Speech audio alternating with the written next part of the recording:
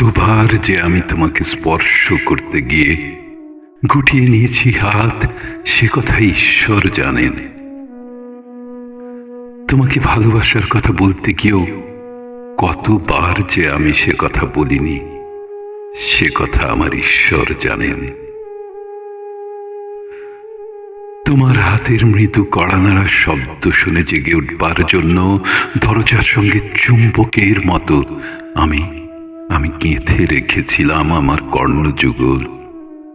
তুমি এসে আমাকে ডেকে বলবে, এই ওঠো, আমি আমি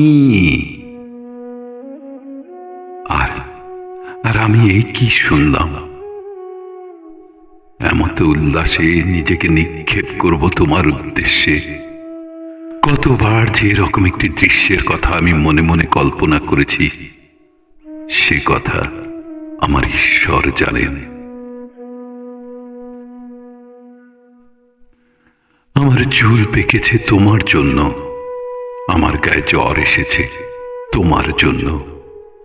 আমার ঈশ্বর জানেন আমার মৃত্যু হবে তোমার জন্য। তারপর অনেক দিন পর একদিন তুমিও জানবে আমি জন্মেছিলাম তোমার জন্য, শুধু তোমার জন্য, শুধু তোমার জন্য।